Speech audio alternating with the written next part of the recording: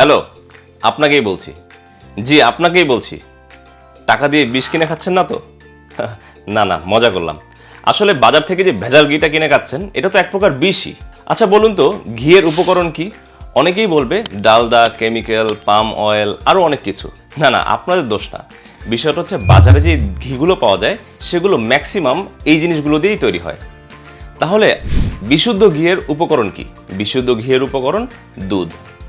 আর কি? আর কিছুই না, শুধুই দুধ। এই যে রিজিক প্রিমিয়াম গাওয়া ঘিটা দেখছেন, দাঁড়ান একটু খুলে দেখাই আপনাদেরকে। সো এই ঘিটার মধ্যে দুধ ছাড়া অন্য কোনো উপকরণ কিন্তু নেই। আমি আবারও বলছি এবং দায়িত্ব নিয়ে বলছি, রিজিক প্রিমিয়াম গাওয়া ঘিতে দুধ ছাড়া অন্য কোনো উপকরণ নেই।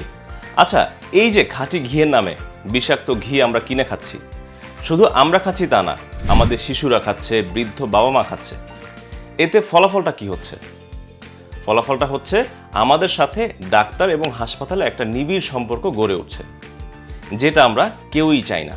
এই ঘি কিন্তু আমাদের প্রতিদিনই দরকার হয়।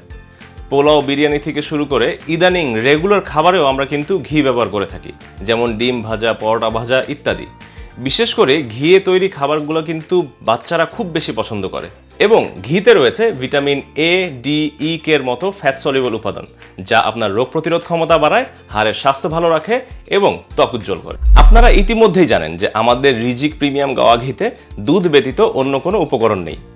এখন প্রশ্ন হলো, শুধু দুধ জাল দিলেই কি মানসম্মত ঘি পাওয়া যায়? উত্তর হলো না, পাওয়া যায় না। মানসম্মত ঘি তৈরির প্রতিটি ধাপ হতে হয় স্বাস্থ্যসম্মত এবং পরিচ্ছন্ন। এছাড়া দক্ষ কারিগরের হাতে দীর্ঘক্ষণ পরিমিত আঁচে জাল দিতে হয়, যাতে ঘিয়ের ঘ্রাণ, স্বাদ এবং মান থাকে অটুট। আর এভাবেই তৈরি হয় রিজিকের বিশুদ্ধ প্রিমিয়াম দানাদার গাওয়া ঘি। Rizq, more than purity.